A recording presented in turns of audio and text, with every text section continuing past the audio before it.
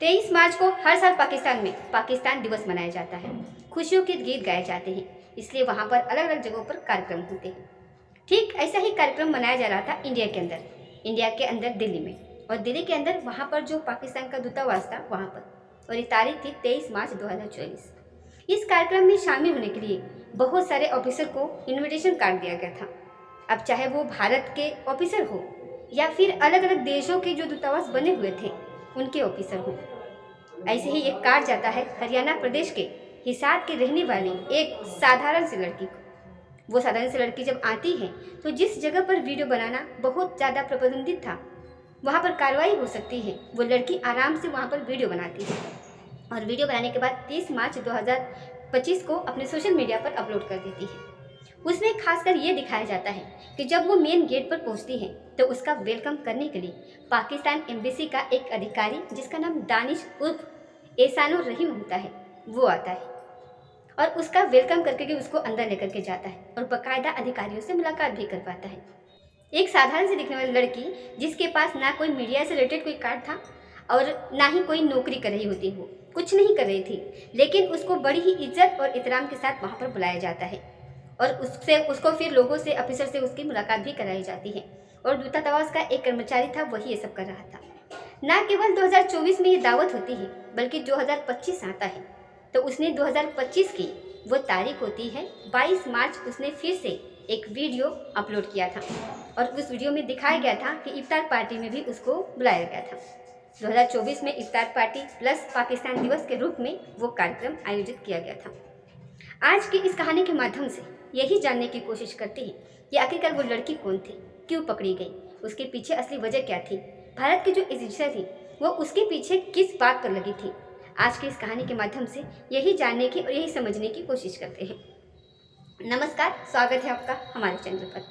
आज की जो सच्ची घटना मैं आपको सुनाने जा रही हूँ, ये सच्ची घटना है हरियाणा प्रदेश के जिला हिसार की एक कॉलोनी लगती है, न्यू अग्रसर कॉलोनी। दरअसल यहाँ का रहने वाला एक व्यक्ति जिसका नाम होता है हरीश कुमार मल्होत्रा। हरीश कुमार मल्होत्रा पेशे से कारपेंटर है, अपना मेहनत मजदूरी का काम करता है। छोटा सा उसका मकान है जिसकी लंबाई चौड़ाई वगैरह 50 गज के आसपास है और 3 कमरे हैं उसमें। आज से करीब 20 साल पुरानी ये बात है। उसकी पत्नी से उसका विवाद हो जाता है और विवाद के बाद तलाक हो जाता है। उस वक्त इसको एक इकलौती बेटी हुआ करती थी और बेटी का नाम होता है ज्योति मल्होत्रा, जो 13 साल की उस समय थी। अब जब बंटवारा होता है पति और पत्नी का, तो बंटवारे में इसके पति के हिस्से में यानी कि हरीश कुमार मल्होत्रा के हिस्से में उसकी बेटी आ जाती है जिसका नाम ज्योति मल्होत्रा होता है।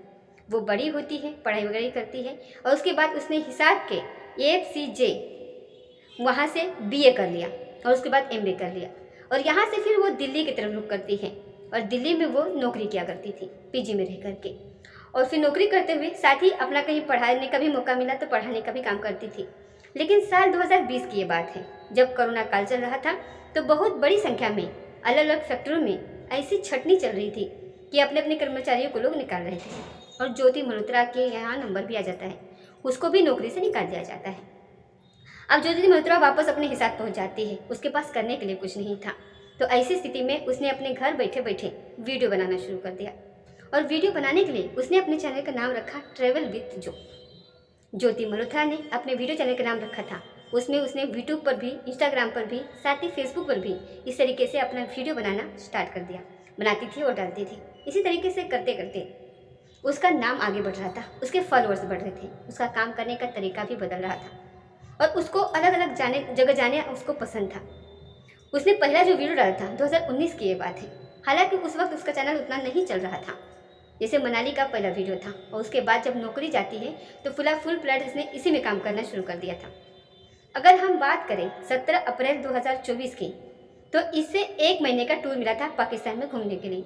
वो 1 महीने के लिए जाती है और 15 मई 2024 की ये बात है, वो पाकिस्तान में पूरे 1 महीने रहती है और वहाँ रहने के बाद फिर ये वापस जब इंडिया आती है तो 24 दिन के बाद, 15 मई के बाद फिर 24 दिन जब वो यहीं पर रहती है अपने घर परिवार के साथ, तो फिर 10 जून 2024 की तारीख है, 30 दिन के लिए फिर से चीन चली जाती है। 30 दिन आराम से रहती है और जैसे ही चीन से वापस लौट करके आती है तो 9 जुलाई 2024 को आने के बाद अभी 24 घंटे इसको नहीं हुए थे कि यहाँ से वो सीधा नेपाल के काठमांडू का टिकट करा लेती है और फिर सीधा नेपाल के काठमांडू चली जाती है। दरअसल आज की वीडियो के माध्यम से हम यही समझने की कोशिश करते हैं कि जिस लड़की के एक छोटा सा परिवार है, छोटा सा घर है, पापा उसके कारपेंटर का काम करते हैं, तो आखिरकार भारत की जो खुफिया एजेंसियां हैं उनकी नज़र इसकी लड़की पर कैसे पड़ जाती है। दरअसल भारत और पाकिस्तान की जो ये रिश्ते हैं वो बिल्कुल भी अच्छे नहीं हैं। भारत और चीन के रिश्ते भी अच्छे नहीं हैं, लेकिन इस लड़की को बड़े ही आसानी से वीज़ा मिल जाता है, वो भी एक महीने के लिए। 1 महीना चीन रहती है और 1 महीना ये पाकिस्तान रहती है, और वहाँ आराम से, जबकि इसकी इनकम सोर्स इतने बढ़िया नहीं है, फिर भी वहाँ पर आराम से वो 1 महीने रुकती है और एक लग्जरी लाइफ वहाँ पर जीती है। अच्छे खासे पैसे वो खर्च भी करती है, खरीदारी भी करती है। सब कुछ इसने जो अपनी वीडियो बनाई हुई है उन वीडियो में साफ देखा जा सकता है। ऐसे ही ज्योति की ज़्यादा कोई नौकरी वगैरह नहीं थी, छोटा सा मकान है, पिता उसके कारपेंटर का काम करते हैं। यूट्यूब से उसको महज 15,000 रुपये या फिर 20,000 रुपये, इससे ज़्यादा इनकम होगी ही नहीं। लेकिन वहाँ इतना कम पैसे होने के बावजूद भी उसका रहना सहना बहुत ही ठाट बाट के साथ था। ऐसे ही पाकिस्तान की जो दूतावास है भारत के अंदर, दिल्ली के चाणक्यपुरी में, तो वहाँ पर इसको 23 मार्च 2024 को इसका वेलकम करता है। कौन करता है? वहाँ का दूतावास का जो कर्मचारी होता है वो, और वो कर्मचारी बेकायदा इसको गेट के अंदर से लेकर के जाता है।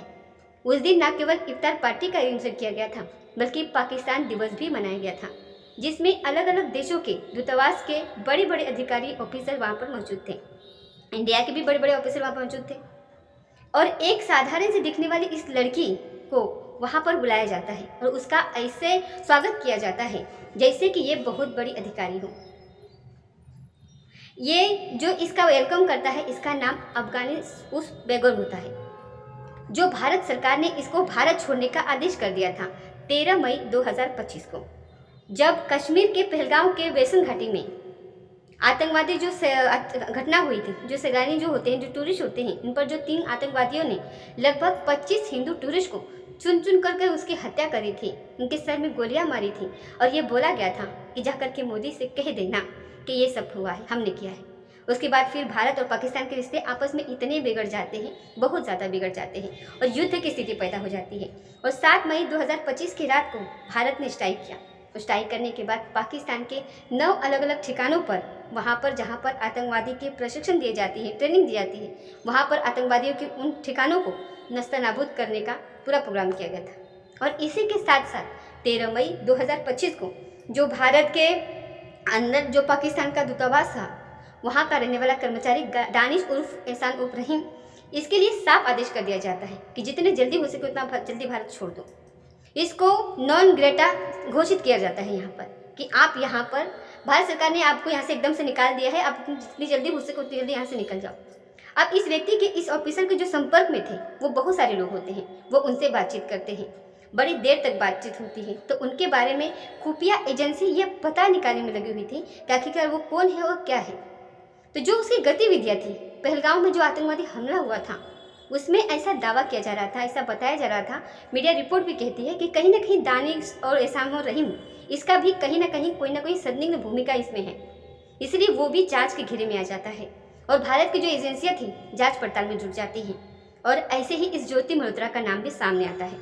जब ज्योति मल्होत्रा पाकिस्तान के टूर पर गई हुई थी घूमने के लिए, तो वहाँ पर एक साधारण सी ये लड़की जो होती है यूट्यूबर, वो ये साधारण सी यूट्यूबर होने के बावजूद भी पाकिस्तान के पूर्व प्रधानमंत्री नवाज शरीफ की बेटी, जो कि पाकिस्तान के अंदर पंजाब एक प्रांत है, एक स्टेट है, वहाँ की वो मुख्यमंत्री मरियम नवाज शरीफ, उसका बाकायदा इंटरव्यू लेती है, उससे बातचीत करती है।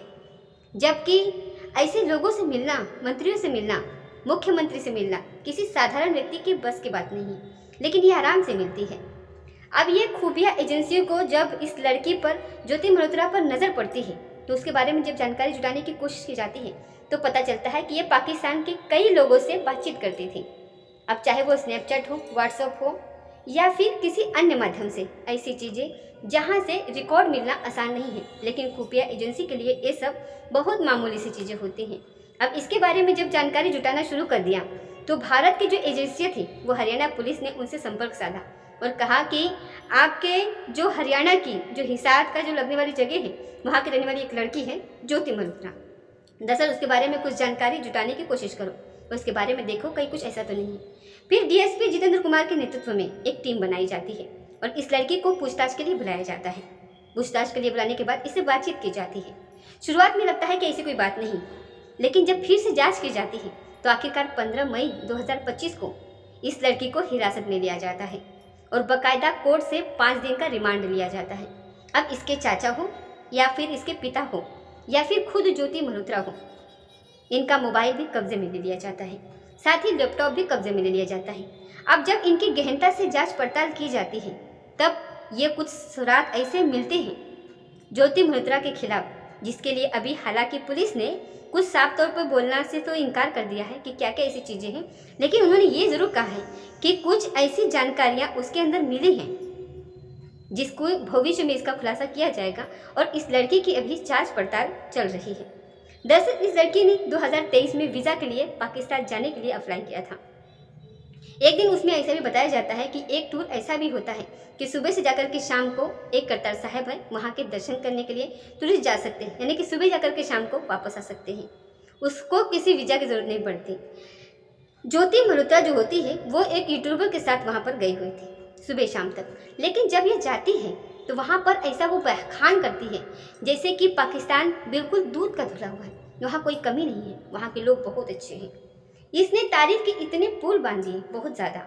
उसके बाद ये जब अप्लाई करती है तो दानिश उर्फ एहसानुर रहीम की ये संपर्क में आ जाती है, उससे बहुत सारी बातें करना शुरू कर देती है, उससे बिल्कुल ऐसे जैसे कि बहुत अच्छी दोस्ती हो जाती है, दोस्ती से भी ज़्यादा भी हो सकता है, ये तो जांच के बाद ही स्पष्ट हो पाएगा।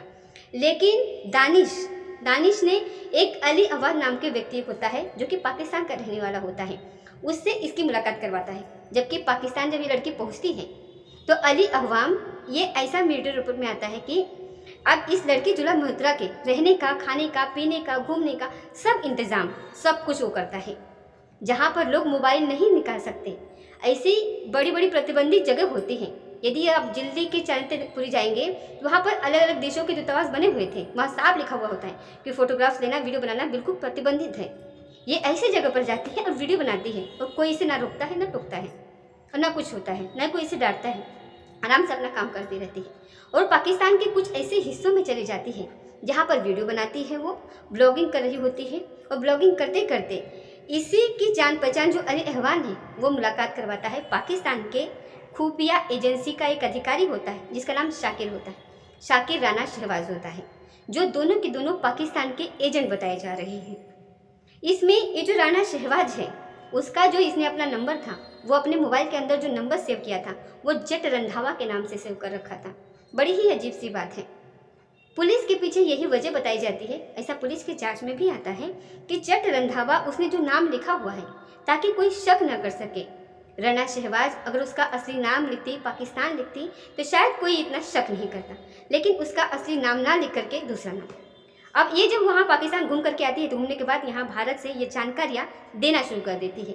और साथ ही इसने जो यूट्यूब, फेसबुक, इंस्टाग्राम पर अपना जो प्लेटफॉर्म बनाए हुए थे उन सबसे पहले थोड़ी सी बात हम इस पर भी करना चाहेंगे कि इसके 17 मई 2025 को 1,31,000 फॉलोअर्स होते हैं और ये दिन बीतता है जैसे ही सोशल मीडिया पर इसका नाम ज्योति मल्होत्रा का बहुत तेज़ी से जब वायरल होना शुरू होता है तो इसके बाद फिर ये अगले ही दिन में 24 घंटे भी नहीं बीते थे, लगभग 1,39,000 इसके फॉलोअर्स हो जाते हैं, यानी कि 8,000 प्लस इसके फॉलोअर्स बढ़ जाते हैं इंस्टाग्राम पर। बड़ी ही ताज्जुब की बात है। अब वो कौन हो सकते हैं ये भी जांच का विषय है, इसकी भी जांच होनी चाहिए। मैंने यूट्यूब के बारे में जब जानकारी जुटाने की कोशिश की तो जो इसका जो यूट्यूब चैनल है जो बना हुआ है तो इस पर इसके 3,70,000 जो कि 17 मई 2025 को होते हैं और 18 मई 2025 को उस पर 3,82,000 हो जाते हैं, जो कि 5,000 इसके जो सब्सक्राइबर थे उसके इजाफा हो जाता है। हालांकि लोग देख रहे हैं जब कोई चीज़ वायरल होती है लोगों के अंदर जिज्ञासा बढ़ जाती है कि आखिरकार ये क्या दिखाने की कोशिश कर रही है, ऐसी क्या बातें कर रही थी। तो देखना, व्यूअरशिप बढ़ना तो एक आम बात है, कोई बहुत बड़ी बात नहीं है, लेकिन सब्सक्राइबर बढ़ना, फॉलोअर बढ़ना ये बड़ी बात हो जाती है। ऐसे ही फेसबुक पर 17 मई 2025 को फॉलोअर्स होते हैं जो 3,21,000 और अगले ही दिन यानी कि 24 घंटे के अंदर इसके 1,000 प्लस हो जाते हैं, यानी कि 3,22,000। जबकि इसको गद्दार के नाम से संबोधित किया जा रहा था अलग अलग चैनल पर, अखबारों में इसके बारे में चल रहा था मीडिया में इसके बारे में चल रहा था, सोशल मीडिया पे इसके बारे में चल रहा था, लड़की के बारे में, जिसको ज्योति गद्दार के नाम से ज्योति के बारे में तमाम तरीके की बातें की जा रही थी यूट्यूब पर। लेकिन फिर भी इतना होने के बावजूद भी फॉलोअर्स बढ़ रहे हैं, ये भी सोचने वाली बात है। अब हमने इसके चैनल को थोड़ा सा बारीकी से देखने की कोशिश की। टोटल मिला करके इसने यूट्यूब पर जो अपनी वीडियो डाली हुई थी 487 इसने टोटल वीडियो डाली हुई है। अगर हम टॉप 10 वीडियो की बात करें तो पहला वीडियो जो है इसका 12 मिनट का है, जो कि पाकिस्तान के ऊपर बनाया गया है। दूसरा वीडियो जो कि इसका भूटान के ऊपर बनाया गया है, जिस पर 33 लाख लोगों ने देखा हुआ है। तीसरा वीडियो इसने जो बनाया है वो उसे 19 लाख लोगों ने देखा है, जो पाकिस्तान के ऊपर बनाया गया है। चौथा वीडियो उसने जो बनाया है, जो टॉप 10 वीडियो है, जो सबसे ज़्यादा पॉपुलर वीडियो है, उसकी मैं बात कर रही हूँ यहाँ पर। तो जो चौथा वीडियो है उसको यहाँ पर 18 लाख लोगों ने देखा है, जो कि पाकिस्तान के ऊपर बनाया गया है। पांचवा सबसे पॉपुलर वीडियो उसका, जिस पर 14 लाख लोगों ने देखा है, बैंकॉक के ऊपर एक बना हुआ है। ऐसे ही छठा वीडियो है जिस पर 13 लाख लोगों ने देखा है, जो कि बांग्लादेश के ऊपर बना हुआ है। ऐसे सातवां वीडियो एक है जिसको 12 लाख लोगों ने देखा हुआ है, जिसको पाकिस्तान के ऊपर बनाया गया है। एक आठवां वीडियो है जिसको 10 लाख लोगों ने देखा है, वो भी पाकिस्तान के ऊपर बनाया गया है। ऐसे ही नौवां वीडियो है जो टॉप 10 वीडियो है, टॉप 10 पॉपुलर वीडियो जो इसकी है उसको 9 लाख लोगों ने देखा है, वो भी पाकिस्तान के ऊपर बनाया गया है। ऐसे ही 10वां वीडियो इसका है जो टॉप 10 वीडियो में पॉपुलर वीडियो है, वो 10वां वीडियो उसने इंडिया के ऊपर बनाया है, लद्दाख के ऊपर। वहाँ के कुछ लड़कियों के बारे में दिखाने की कोशिश की है कि इन लड़कियों की शादी कहाँ होती है, कहीं ना कहीं उसमें भी पाकिस्तान का ही लिंक है। ऐसे ही इसने 10 टॉप 10 वीडियो में जो बातचीत की है उसमें भारत का नाम सिर्फ 10वें नंबर पर आता है। बाकी 6 वीडियो जो है वो ऐसी है कि वो 6 वीडियो में उसका जो बखान है, जो गुणगान है, जो बहुत सारी बातें करी है, वो पाकिस्तान के ऊपर बातें कर रही है। अब अगर हमने इसके बारे में और देखने की कोशिश की कि आखिरकार इसने जो 447 कुल वीडियो बनाई है, तो 487 वीडियो में 18 वीडियो तो इसने कुल पाकिस्तान के ऊपर बनाई हुई है। पाकिस्तान के इसने इतने गुणगान किए हैं, अलग अलग जगहों पर इतना बढ़िया। एक लड़की से ये बात कर रही है, उसमें बहन बहन करके बात कर रही है कि तुम भी बहन हम भी बहन, यानी कि वो ये दिखाने की कोशिशें कर रही है कि पाकिस्तान कितना अच्छा है। और ऐसा जो खूबियाँ एजेंसी की जांच में पड़ताल में सामने आता है, तो पाकिस्तान की इमेज को बहुत ही शानदार तरीके से प्रस्तुत करना ही एकमात्र उद्देश्य इसका था। इसके बदले में हो सकता है इसको पैसे मिले हैं, क्योंकि यूट्यूब से जितना चलता है उस हिसाब से इतनी इनकम होती नहीं है। लेकिन एक बात और बताई जा रही है, ये प्रमोशन भी क्या करती थी, पेड प्रमोशन। पेड प्रमोशन के बदले में यूट्यूबर्स को पैसे मिलते हैं। जो लोग पेड प्रमोशन करते हैं, तो कई ऐसे साइट्स का ये जो पेड प्रमोशन किया करती थी। लेकिन ऐसे ही एक और लड़की है जो कि उड़ीसा की पुरी की रहने वाली होती है, नाम उसका प्रियंका सेनापति होता है, जिसका फेसबुक ने इंस्टाग्राम और साथ ही यूट्यूब पर अपना ब्लॉग चैनल है।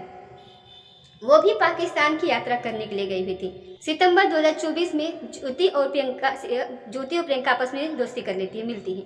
और जैसे ही ज्योति मल्होत्रा पुलिस के रडार पर आती है और यहाँ की एजेंसी के रडार पर आती है, तो रडार पर प्रियंका सेनापति भी आ जाती है। पुलिस की एक टीम सीधा पहुँच जाती है उड़ीसा के पुरी में, उसकी भी जांच पड़ताल की जा रही है। ऐसा भी बताया जा रहा है कि ज्योति मल्होत्रा के संपर्क में कई ऐसे यूट्यूबर हैं। उन यूट्यूबर को न केवल पाकिस्तान का वीज़ा प्रोवाइड कराने की ये बात करती थी, बल्कि साथ ही ऐसी भी जानकारी मिल रही है कि ये जो यूट्यूबर हैं वो पाकिस्तान जाएंगे, पाकिस्तान का गुणगान करेंगे, इनकी तारीफ करेंगे। इस तरीके की बातें थी, इस तरीके का टास्क इसको दिया गया था।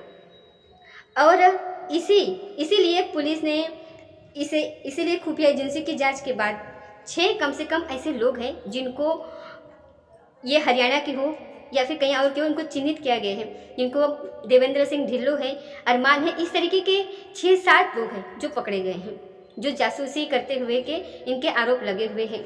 आज जासूसी करके कि ये भारत की कुछ अहम जानकारियाँ, सेना की जो अहम जानकारियाँ हैं वो पाकिस्तान को प्रोवाइड कर रहे थे। अभी ये जाँच होना बाकी है यहाँ पर। अभी इसमें बिल्कुल पूरी तरीके से खुलासा नहीं हुआ है, होना बाकी है कि क्या क्या चीज़ें इनके खिलाफ, क्या क्या आरोप है, तो ये जांच के बाद स्पष्ट हो पाएगा। लेकिन जिस तरीके से वीडियो ये बनाती है ज्योति मल्होत्रा, और वीडियो में जिस तरीके से पाकिस्तान का बखान करती है, तो उसमें ऐसा लगता है कि इंडिया से कम और पाकिस्तान से उसको ज़्यादा मोहब्बत है। और वो मोहब्बत कैसे हुई होगी। एक वीडियो में ये कह रही थी कि इसकी दादी पाकिस्तान की है, पता नहीं वो कितना सच है और कितना झूठ। हो सकता है कि दादी की याद में ये पाकिस्तान के कुछ गुणगान गा रही हो, या फिर कुछ और भी वजह हो सकती है। दोस्तों, इस पूरी घटनाक्रम को सुनाने का उद्देश्य किसी को परेशान करना नहीं है। किसी का दिल दुखाना नहीं है, बल्कि आपको जागरूक करना है, आपको सचेत करना है और आपको बताना है कि किस तरीके से आपको काम करना है। ऐसा नहीं है कि ये एकदम भावनाओं में इस तरीके से बहे और काम करना शुरू कर दिया। ज्योति मल्होत्रा की मुश्किलें कम नहीं हैं, ना केवल उसकी बल्कि उसके रिश्तेदारों की, उससे जुड़े हुए जितने भी लोग हैं उनकी भी मुश्किलें बढ़ना अब तय जाना जा रहा है। तो ऐसे अगर करते हैं तो सिर्फ आप नहीं फंसते हैं, आपकी न जाने कितनी पुश्तें इसमें फंस जाएंगी, न जाने इसमें कितने लोग इसमें फंसेंगे। आप तो मतलब इसमें पिसेंगे ही पिसेंगे, आपका पूरा परिवार, आपका पूरा खानदान इसके चपेट में आ सकता है। इसीलिए सर्वप्रिय होता है देशभक्ति। सबसे पहले देश है, उसके बाद हम हैं। तो देश से गद्दारी करने के बाद एक नहीं 1000 बार सोचना चाहिए, क्योंकि अगर देश है तो हम हैं। अगर हम देश ही नहीं रहेगा तो हम कहाँ से रहेगा। तो ये थी दोस्तों आज की सच्ची घटना। मिलते हैं अगले किसी सच्ची घटना के साथ, तब तक जय हिंद जय भारत।